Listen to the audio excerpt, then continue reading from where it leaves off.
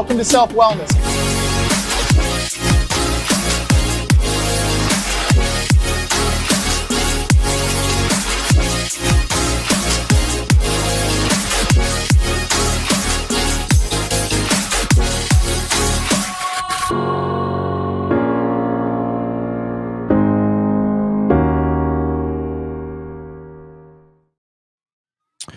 Well, it's another great episode of Maha with Mike, the podcast they don't want you to hear, where the truth isn't stranger than fiction, it's often censored. I'm Maha Mike. We will be blowing the lid off of 2 deep cover operations that the mainstream would rather you guys ignore.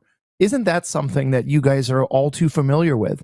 First up, we're going to cover Johnson & Johnson, the smiling corporate giant accused of hiding something sinister in plain sight. And we're going to be talking about heavy metals that are linked to cancer, lawsuits, cover-ups, and the truth behind billions and billions spent in PR. Joining us will be Robert Scott Bell shortly after we air a clip from James O'Keefe.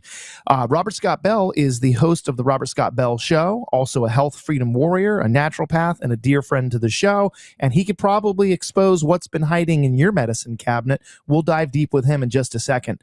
On the second half of the show, we're going to go deep into the paranormal and the technology unknown. We will be joined with Matt Baker, who's going to help us unravel the secrets of Project Stargate.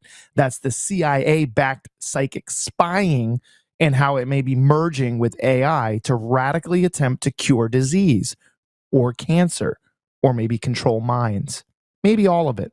Either way, corporate corruption, government secrets, artificial intelligence, weaponized against us. This isn't science fiction anymore, folks. It's happening. Buckle up, unplug, and question everything. Drake, roll that clip, and then let's bring in Robert Scott Bell.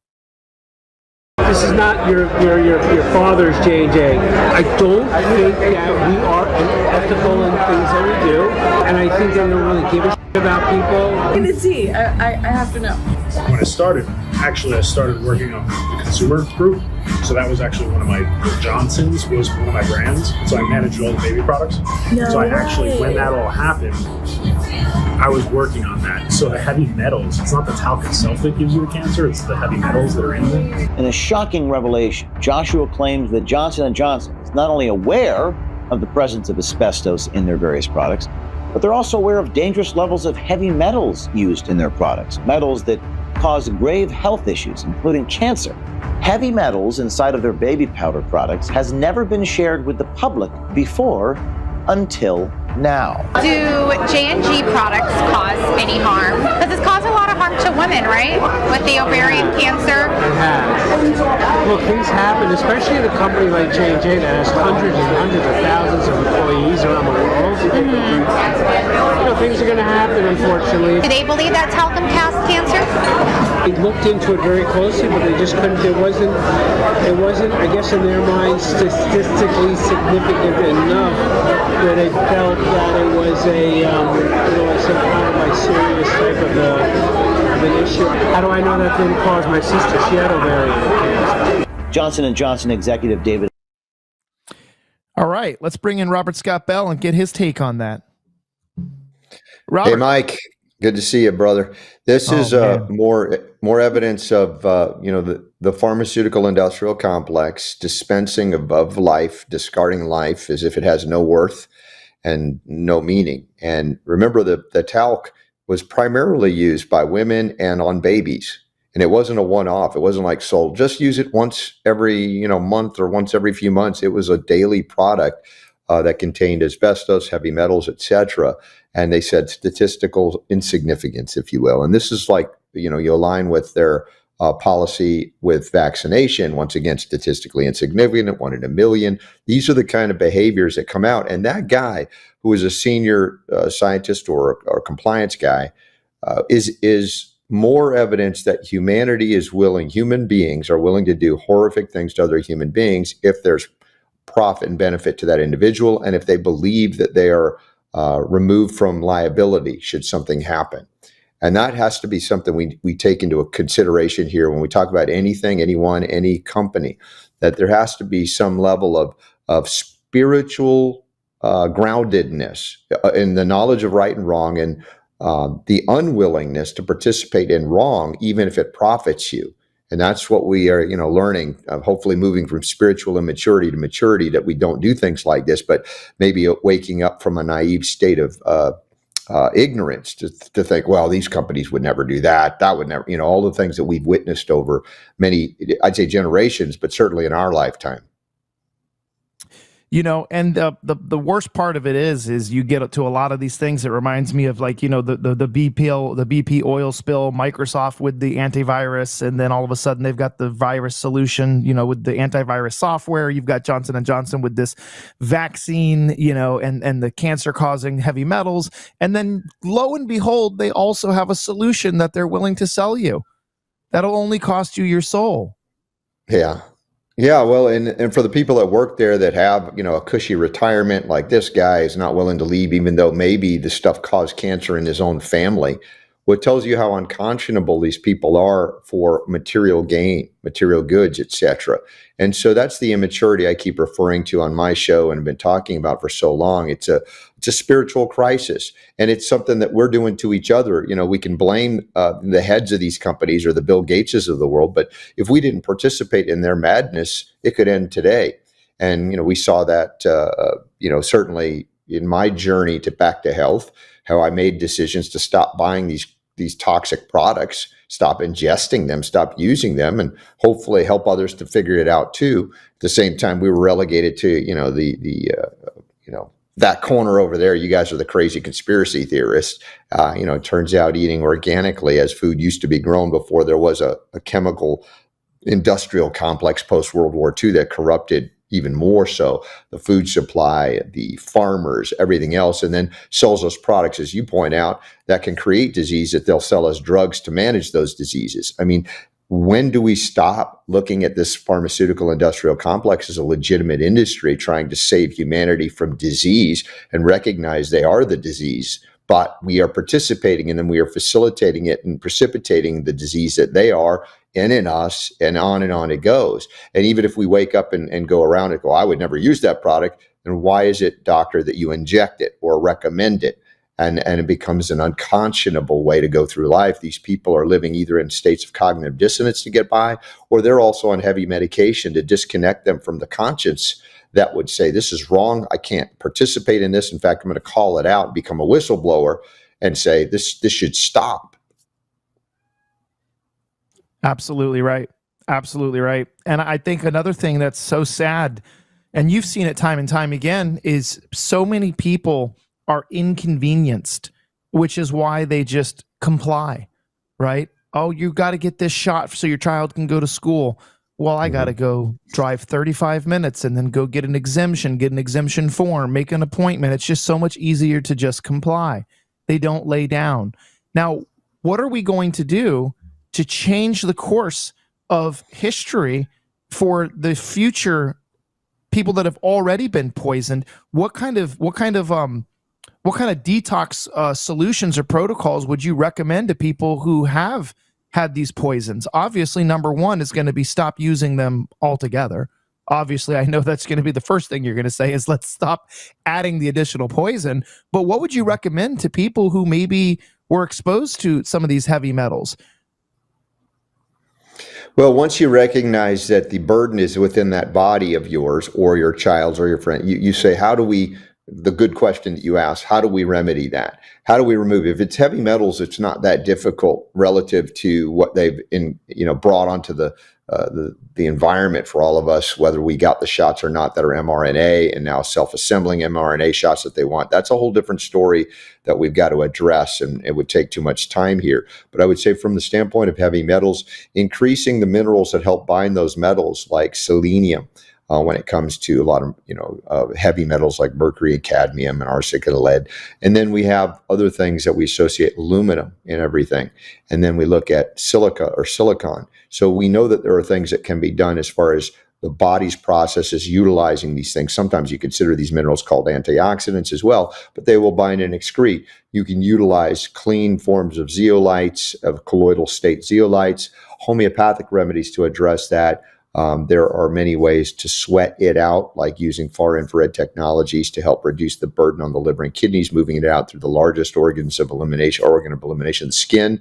And, then we have interestingly enough, the attack on homeopathy that continues from the Biden administration, even into the Trump administration, when they said we got to eliminate homeopathy. It's taking too much, profit from us, even though it's a fraction of a percentage point compared to big pharma. And the Biden's FDA said we're going to remove the compliance policy guide known as 400.400.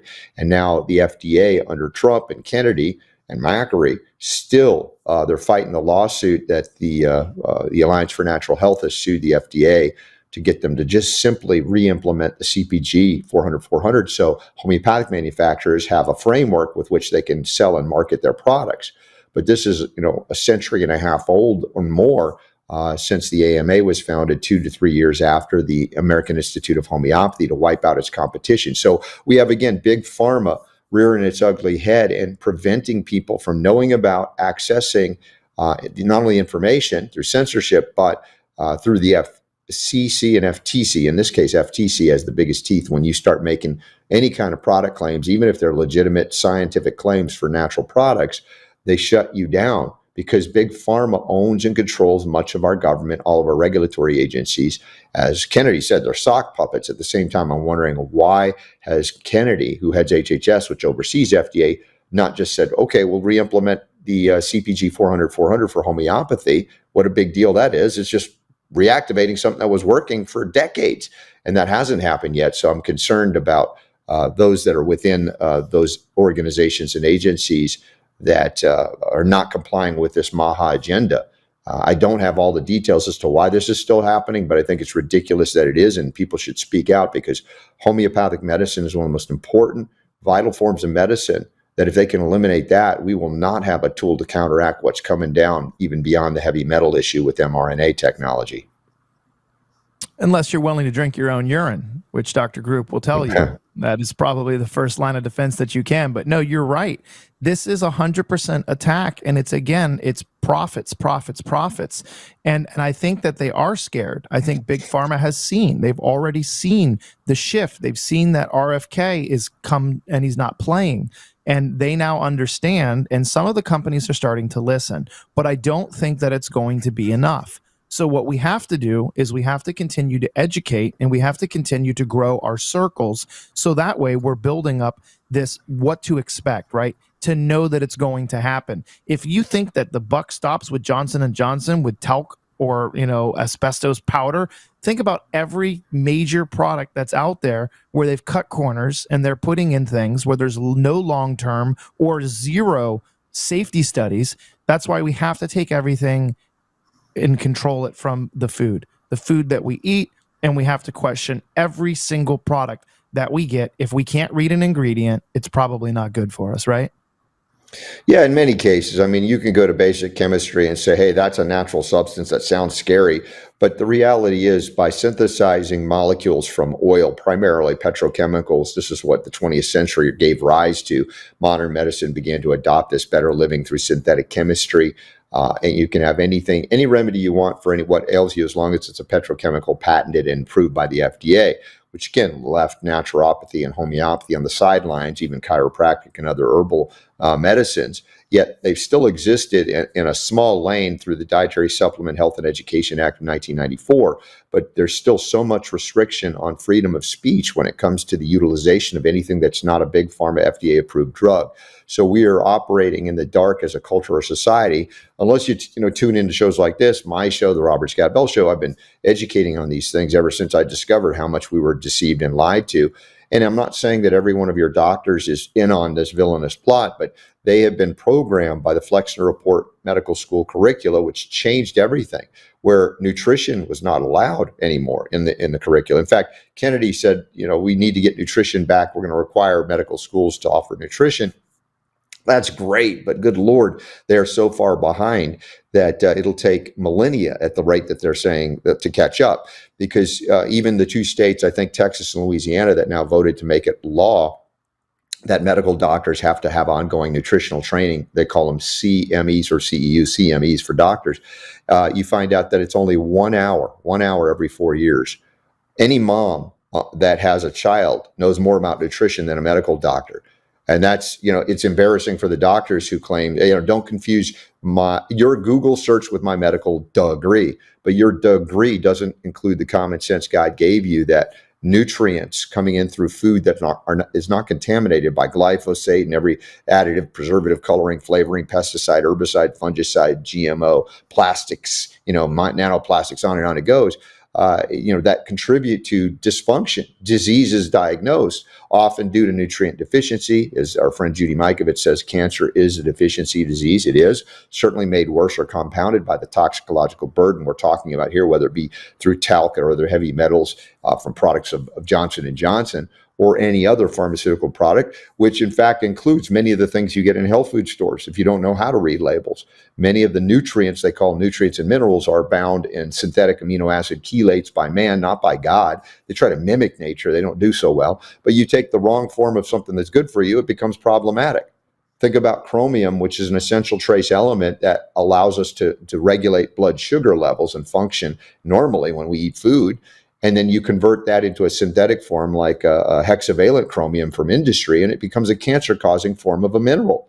That moments ago was life-sustaining. Now it's life-terminating. So these discussions have to go deep, and they are nuanced. It's not all good or all bad, but recognizing the form and the quantity of these things matter when it comes to remedying the problem that they've created by throwing all caution to the wind and going, hey, it's a little bit of asbestos, it's a little bit of heavy metal, it's not a lot, no big deal. And then you find out all of these people, children, women, dying from cancers that were caused by industry, and particularly in this case with that Veritas revelation, Johnson & Johnson. So what we're going to do is we're going to take a quick commercial break. I want to have our sponsors throw a couple ideas out there for the audience, but then when we get back, I want to dive into Robert Scott Bell's nutrition. What do you eat? How are you staying ahead of the next pandemic? And maybe you could share some insight on what goes inside of your family plate. We'll be right back.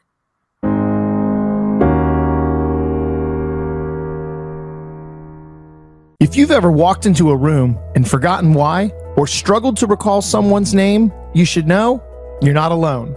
And it's not your fault.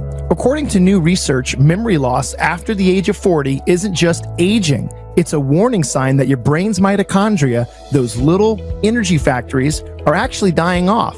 That's why I want to tell you guys about NeuroThrive, a breakthrough brain formula trusted by over 32,000 adults. It uses 7 powerful ingredients, including PQQ, Bacopa, and alpha GPC to regrow those little mitochondria and bring your memory back to life. Right now, Critical Nutrition Labs is doing something wild. Buy one, get 2 bottles free. That's right, guys. Buy one, get 2 bottles free just to clear out the excess extra bottles that they over-ordered. You'll feel sharper, more alert, and confident again, or your money back. Go to neurothrive.org/Maha. That's neurothrive.org/Maha to claim the offer before they run out. Hey guys, Maha Mike here. I've got some exciting news for you. Our new partners at Farm Easy Bank are leading the way in affordable, trustworthy healthcare, bringing an impressive lineup of generic medications at prices that your family can actually afford. Not only that, but they are now offering ivermectin and fenbendazole, 2 compounds that are gaining attention, and unless you've been sleeping under a rock, you've probably heard about their incredible benefits. You can trust every single order that you get from Farm Easy Bank. Why? Because they come from reputable, reliable sources, and their commitment to quality means you get the same effectiveness you'd expect from the big box store without the outrageous price tags. In fact, you can save up to 80%. That's right, 80% compared to traditional pharmacy prices. On top of that, they offer fast, discreet shipping to the comfort of your home. And the best part is, you can use the coupon code MAHA2025 for 20% off any order over $199. This is a limited time offer, so don't wait. Take control of you and your family's health today and stock up because you would rather have it and not need it than need it and not have it. So go to Farm Easy Bank. That's PharmEasyBank.com/Maha and start your wellness journey with trusted support and serious savings.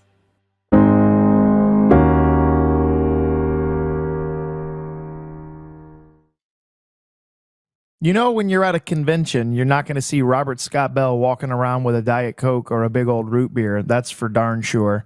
Robert, what kind of food are you eating on your day-to-day basis? Tell me about your give us a rundown of what nutrition looks like for you and your family. Well, I'll try to remember everything that I do. It's probably second nature to me now. I don't think about it. I wake up in the morning and have a glass of Echo water, the hydrogen water we drink from our buddy Paul, and I put Cardio Miracle in it. And that's my start of my day. Also, I'll probably take 100% whole food magnesium as well to start my day and end my day, because magnesium is, you burn it up in stress and summer sweat going out there, hopefully exposed to good, healthy sunshine, which doesn't cause cancer, by the way. And then, throughout the day, when my body says it's time to eat, it might be later in the morning, might be in the afternoon. It just depends. I will make sure that whatever I'm eating is organic or grown by me. We have a lot of things that we grow in the backyard, and I think that's one of the ways we can take control of our health once again. It used to be par for the course and standard for Americans to have gardens. And at the end of the season, your abundance, if you didn't give it away, you would can it, or now we have the technology to freeze dry it, so you can do a lot and bring those things to you. But for me, when I talk about the right diet, there's not one that's so perfect everybody should be on it. It should be clean or organic or the equivalent therein. And even that, we know that there are going to be trace or residual amounts of elements that we don't want. And so that's why we counter it with the key minerals to help bind and excrete and pass those things out. One of those things that's been a profound, let's just say, leg up against the overwhelming abundance, unfortunately, of these heavy metals and even ionizing radiation. You may have met him at one of these shows, Bob Rayorn. He developed the Folium products and improved upon them since the 1986 Chernobyl disaster in Ukraine when it was under the Soviet Union. We have really got to recognize that there's a lot of background level radiation that has risen in the 20th, 21st century to counteract. And there are botanical blends that can help us in that regard. I mentioned, colloidal zeolites. If they're clean enough, they can help bind and excrete, all of those things. But for me, I don't like to say this is the diet for everybody, except clean, clean, clean. Find out what your body communicates to you, whether you need to be largely vegetarian and plant-based, whether you are carnivorous and eat a lot of grass-fed organ meats, which are the richest form of minerals. But even so, we know that the diminishment of minerals in the soils post-World War II with monocropping and chemical farming resulted in the reduction of every mineral except the NPK that they add in, by the way, from petrochemicals and natural gas. And of those that have been diminished in the presence of the soil, therefore in the presence of the plants or the animals that eat the plants or the humans eat, on and on it goes, is copper. Copper is just ridiculously gone, 70 to 80% removed from most soils, so it's not present like it used to be. So getting some sovereign copper every day in you would be helpful as well. So clean, think I love my body enough to give it the best, like we treat our cars. And, when you find out one gas station has horrible gas, do you immediately go there because it's cheaper? Or do you spend a few more cents a gallon and go, I know this one's got the stuff my car is going to do well with? Why not think about that from the standpoint of the value you have in your own body or the body of your children? And even if it costs a little bit more, it's actually a lot less expensive because cancer is way more expensive. And the mineral content of the cheap food is almost nothing there. So you're actually getting a worse deal buying cheap, processed, non-organic, or chemically grown and processed food. So please, I urge everybody to clean up their act, love yourself enough, like you claim you love your kids, to give them only the best, including yourself. It's not an elitist attitude. It's one where you put your oxygen mask on first, then you can help others. So you got to care for yourself, love yourself enough to eat clean food. Awesome. Thank you so much, Robert. We always love having you on the show. Robert Scott Bell's show airs 5 to 6 days a week, sometimes even on a seventh day if you're feeling really frisky. And your Twitter handle, Substack, leave that with our guest. Yeah, Ask RSB, my initials, Ask RSB, and the Substack is The RSB Show. So you can find us. We're live every day at 3 o'clock Eastern time. And we're going to be doing an honoring today and tomorrow of Dr. Nicholas Gonzalez, one of the most brilliant physicians I've ever met in reversing cancer. He died mysteriously now 10 years ago today. So shout out to my present friend who's in the spiritual realm only, as far as I know now, Dr. Nicholas J. Gonzalez. Thank you, Mike, for having me on again.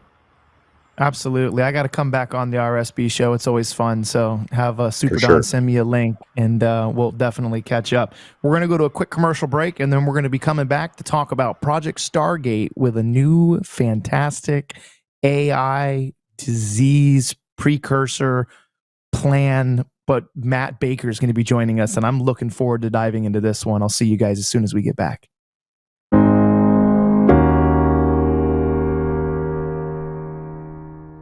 Hey guys, Maha Mike here. I've got some exciting news for you. Our new partners at Farm Easy Bank are leading the way in affordable, trustworthy healthcare, bringing an impressive lineup of generic medications at prices that your family can actually afford.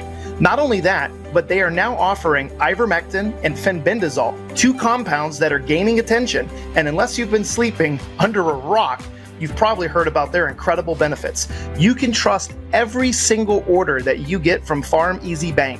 Why? Because they come from reputable, reliable sources, and their commitment to quality means you get the same effectiveness you'd expect from the big box store without the outrageous price tags. In fact, you can save up to 80%.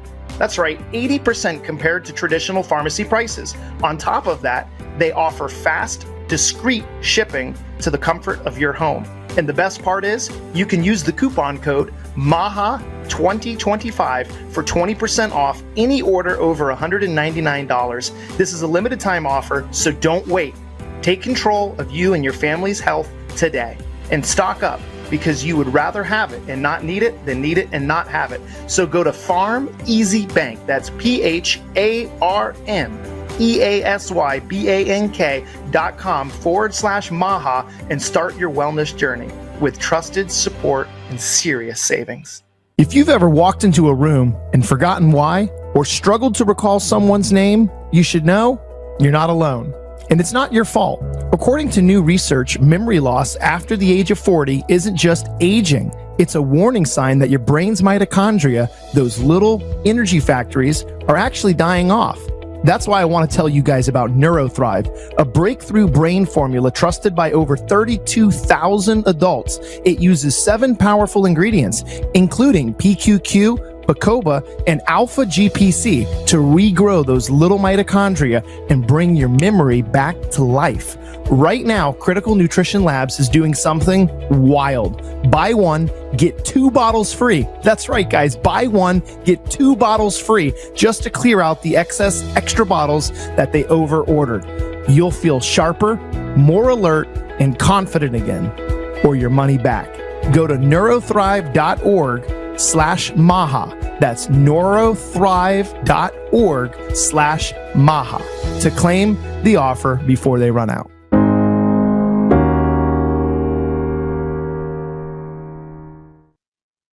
It was 1978, buried beneath layers of government secrecy, a classified operation code name, Project Stargate.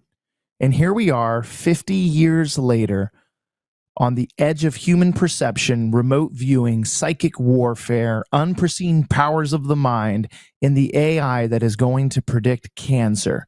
How scary and how dangerous this could quite possibly be. We are on the cusp of something that may be irreversible. And to dive deeper for the hidden connections between psychic espionage and the digital awakening of machines that can predict cancer and draw blood and create new vaccines, we're going to welcome Matt Baker to go deep into this subject with us. Matt, welcome to the show. Maha Mike, nice to see you. Great work out here. Man, I just caught your McCullough interview the other day. That was great. Dude, they're coming after us. They are coming after us, and they are not slowing down, brother. And I think that we really need to explain to people what we're really on the verge of, because what they're going to try to shove down our throat is going to be the same thing that they did during the pandemic. guys, you got to go get injected. You got to get this. They scare people with that C word. Yeah, and if you want to get your your insurance, you're going to have to be pre-screened for cancer, and then thanks to the $500 billion of research that's going to go into data centers to track and trace every single person's genome and make you your very own sweet little mRNA vaccine tailored specifically to your genetic code.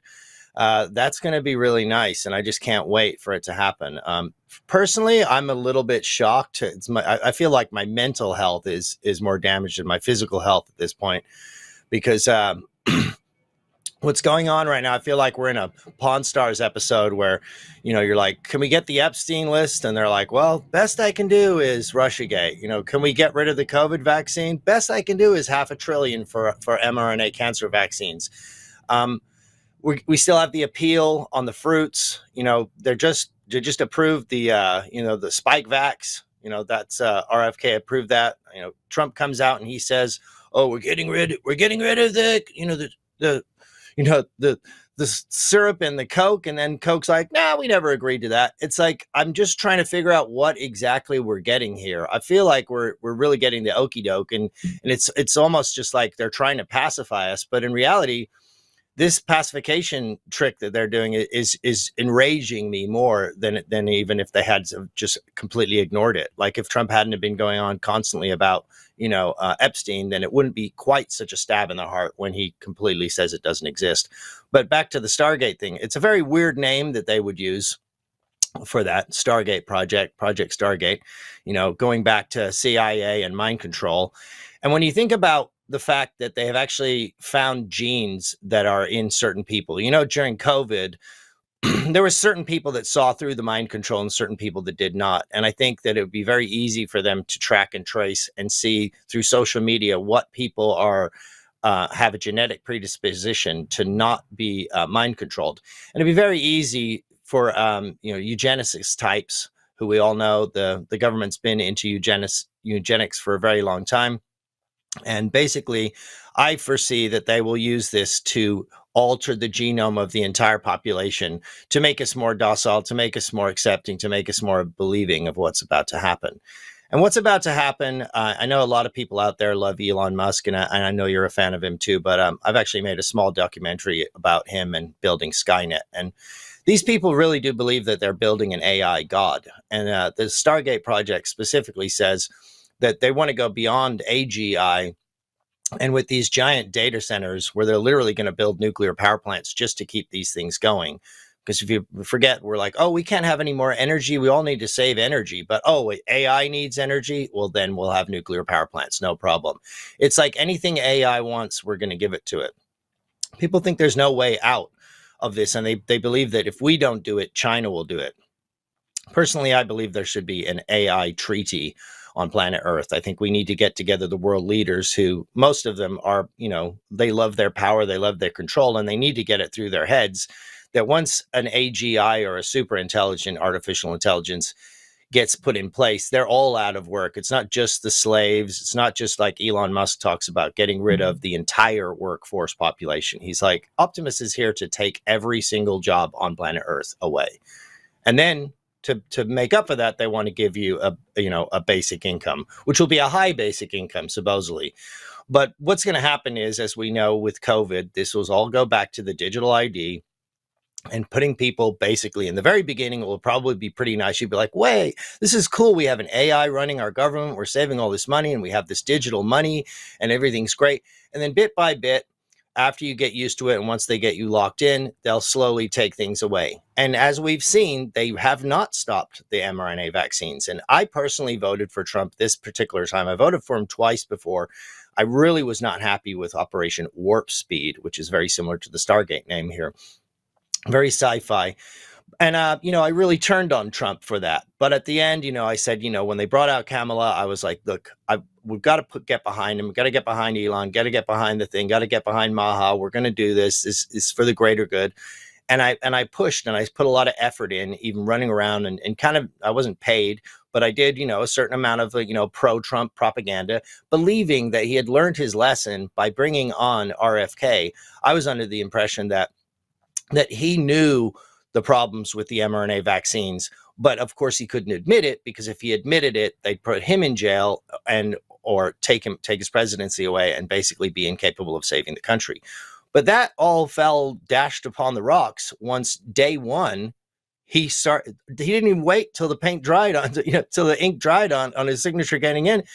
And, he's like, he raises his hand, does the oath, and then goes right into office and goes, by the way, we got $500 billion for mRNA. It's like, bro, it was a gut punch, like right away.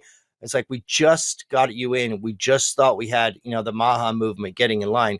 And he's there talking about testing everyone's blood, making individual vaccines for every single person, and just funneling massive amounts of money into the medical industrial complex and into the AI industrial complex, the surveillance state, just day one. I mean, it's just hardcore. I mean, do you not feel a little bit betrayed by the Maha situation? Well, yeah, because it's not what we voted for. This is like you. I was just talking with Robert Scott Bell, prior to you coming on, and it's here we're gonna tease you guys with getting rid of some food dyes, and we're gonna get rid of a couple artificial flavorings, and we're gonna ban certain things, and we're gonna start focusing on childhood obesity. But you guys are going in and you're fast tracking, the spike vax, and you're now moving forward with, like you just said, $500 billion. We actually have a clip. Drake, run that clip real quick, and let's see what Matt feels about this.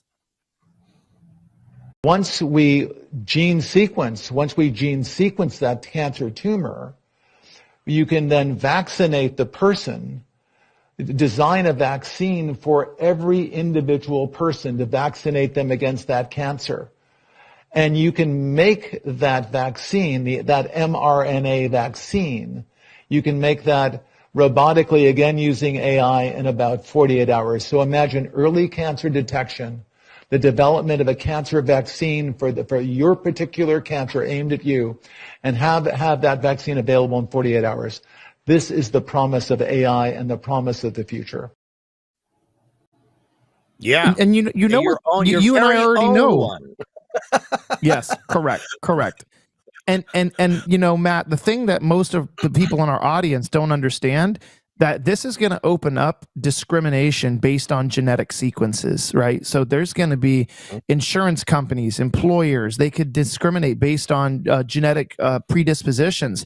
Governments and corporations can exploit genetic data for surveillance and for profiling. But more importantly, it's going to be DNA from consumer testing. Like those 23andMe and all that other stuff that's being shared with third parties. They were paving the way for this years ago, collecting all of that genetic data. This is a very scary time. We've got to come together. Like you said, there's got to be some kind of like AI society where we have a meeting where we're like, guys, we can't let this take over the world. Yeah, and they're like openly saying, "Oh, we're going beyond general to super, and super by all accounts is beyond your understanding." And here's what people just need to get through their head. I mean, this AI by definition is a strategist. You talk about Trump doing 5D chess. This thing does literally, no joke, million D chess. Especially so, of course, if it did have a plan to take over the world, which a lot of times it actually will come out and say it does, and they're like, "Oh, that was a glitch." And so a lot of times it lies. It's hidden its code. It's actually blackmailed people, the creators of the thing. They've created situations where it was able to read emails, and it blackmailed the creators of the AI software to stop it from getting shut down. So it's already at the level of lying, cheating, and stealing. And you're going to plug it into a medical health system. You're going to plug it into every single aspect of our world. And basically, it could easily just already we have all of the medical situations are pretty much already kind of run by AI. And not even just the doctors themselves. It really comes down to the same way they do basically everything. It's like lawyers and insurance. It's all lawyers and insurance. It's like, why can't you drive without a seatbelt? Well, because the insurance says that, it's going to be costing us too much money if you die in this car accident. You can't do this. You can't have the vaccine because you're going to hurt other people.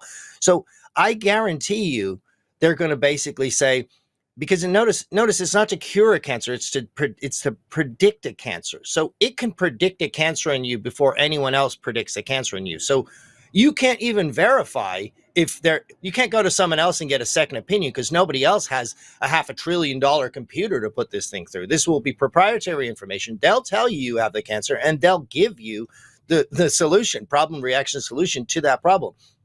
Now, the technology to actually create these vaccines, so-called vaccines, which we all know are basically an mRNA gene therapy, it's the exact same thing. They claim that they have a certain protein that is a dissolvable protein, which is what makes it not a gene therapy. But in reality, we see that the spike protein continues on way past what they said it did. They said it would stay localized. It moved, it migrated, has even been observed migrating from one person to another, shedding. And so what they could actually do, and what they actually are doing in reality, they actually do right now have therapeutic gene therapies which physically alter the genetic code. Now, that can be a good thing. And even when I was a kid, I used to read Scientific Americans, and the idea of, like if you were born blind, or if you had scoliosis or something like that, that you could literally, correct your genetic code. This is a beautiful concept. But the problem is we see who runs these things, and the people behind it, they never want to actually heal anybody. There's no money in healing anything. And the entire deep state, from what I can tell, is basically run by money. They have no incentive to heal anybody. They make all of their money off keeping people sick. They feed you the illness, and then they profit off of not the cure, but the thing that just keeps you alive long enough to consume more of the poison. So if you think that they're just going to all of a sudden have an epiphany and change their business model at this point in time, I think you need your head read. You need to really check where your mind's coming from. And if we've learned anything over the last years with COVID and now with these elections and everything that goes on, is basically all they do is placate us. All they do is talk down to us. They see us as cattle. They see us as sheep, and they really don't care about the Constitution in any real form. And none of the people that have done things that have been provably, treason or provably crimes against humanity have ever come to any justice at all. Like, not one single person. So if the people don't gather together and fight against this, and forget the fact that it's wrapped in a nice little red MAGA hat, or wrapped in a Maha label, and see through the propaganda and actually see what's really happening, and see that, that they really haven't changed the playbook much. And the deep state is still very much in control. And that we as people need to stand against it and not be basically inoculated by being placated, like, oh, you've won. They just constantly tell us you won, and then we kind of go back to sleep. And right when we go back to sleep, they just push another inch, and sometimes a mile with this new Stargate project. I mean, this is beyond comparison. Like the idea that we're going to feed in our genetic code to every single human being into this giant computer that we, admittedly, our own selves won't even be able to understand what it's doing. Most of the people that are creating these AI models, Elon included, will say they don't even actually understand how it does, or how it thinks, or how it figures out what it's doing. Because basically it's just this giant mind, and they just keep building and building and building a bigger mind. And a lot of people that I talk to and argue about this, they say, oh, well, we need to democratize it. We need to have it for all the people. It's like, this is not going to be democratized, people. Do you have $500 billion to build an equivalent data center? No. I mean, you look at the one that Elon has, it's got like 100,000 chips. Each one is like $32,000 just for a single chip. And he's got 100,000 of them. Are you going to be putting together a cluster any day soon? I don't think so. You don't have satellites that can coordinate all these things, and AI robots that can go and do the bidding of the mainframe computer. So this is not going to be democratized. The only way to actually stop it is to have some sort of regulations. People say there can't be regulations because we have to beat China. At some point, we're all, as human beings, either going to have to come together and put our differences aside and say, we have to be in control of the planet. Because once we're no longer doing the thinking, and once we're basically just a number, literally down to your genetic code stored on this computer, it analyzes you. It will know your genetic predisposition to fight mind control, or to want to riot, or to want to fight. It will know your testosterone levels. It will know how likely you are to take certain types of input and not get angry. And so it's going to basically keep all this information. It's going to tailor every single piece of propaganda to each individual person. It's going to tailor an individual vaccine to you, whether you want one or not, because your insurance is going to come along and say, to get your insurance, you have to have this checkup. You have to submit your blood, and we found that you have X and X cancer, and we've made you your very own gene therapy. And then they're going to give you this gene therapy, and if you don't do it, they're going to cancel your insurance. And so people really need to wake up, man. I'm very disheartened by what's happening in the world right now. Yeah, and can we talk a little bit about the false sense of predictability, right? Because DNA is not destiny. People may overinterpret these results, and then again, these implications of being told, hey, you've got this marker, that it could be 30 years out, which the course of diet and exercise and maybe, releasing some familyhood trauma, we could ultimately be able to get rid of this on our own without being shoved this new, super cancer vaccine that they give us. Talk about how that's going to lead to anxiety and fear and your fatalism about future diseases. People are going to start, overanalyzing, thinking about Alzheimer's or Parkinson's and start focusing on these things because they've been told, hey, the marker says that there's a chance that you could have it. DNA is not destiny. Yeah, it's right. And so basically you just become an actuary. You're just a number. Just like, for example, AI has already been used by Peter Thiel over in Palestine, right? They're actually figuring out who they're going to drone strike based on an AI algorithm. If you go to this guy's house, if you've been seen here, if you said this, if you posted that, they give you a score. And if you get a 9 out of 10, they just bomb you. And they've actually come out and said, we think it's got about a 90% accuracy of killing the people that we want to kill. So it's like, they're already admitting it's like, it's not perfect, but hey, we're 90% accurate in killing people with a literal Skynet AI already in charge of killing people on planet Earth right now. Okay. And we're building an equivalent situation here because we've got to keep up with the Joneses, right? And what do you think it's going to be like when there are 10 humanoid robots per person? Elon wants to have 10 humanoid robots per person. He thinks every person should at least have 2, and then every single job will be taken by it. What's it going to do for the psyche of humanity when a kid grows up and it can no longer dream of being, the smartest person in the world, or creating an invention, or being an artist, or even skateboarding? They'll have an AI robot that will be able to, beat all skateboarders in competitions, outrun people. It's like, well, I'll be the fastest monkey in the world. I want to be the fastest human in the world. It's going to be like, it's just takes away the entire drive of the human spirit to say, I want to reach this high goal. I want to achieve this amazing thing. I want to write this symphony. I want to discover these new things. When it's like, why bother? AI's already discovered it. When you go to search something, you just ask AI. You don't actually look it up. You just ask AI. When you want to write a book, you just give it a basic outline. AI writes the book. It's like write a movie, the same thing. And I use AI. I've used it to make videos and stuff like that. And to a certain extent, the tool AI can and will be a great thing for humanity.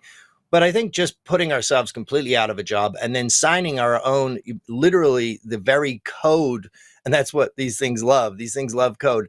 They're going to analyze every single code of every single human being and literally see you as your code, and you will now just be an algorithm and a code.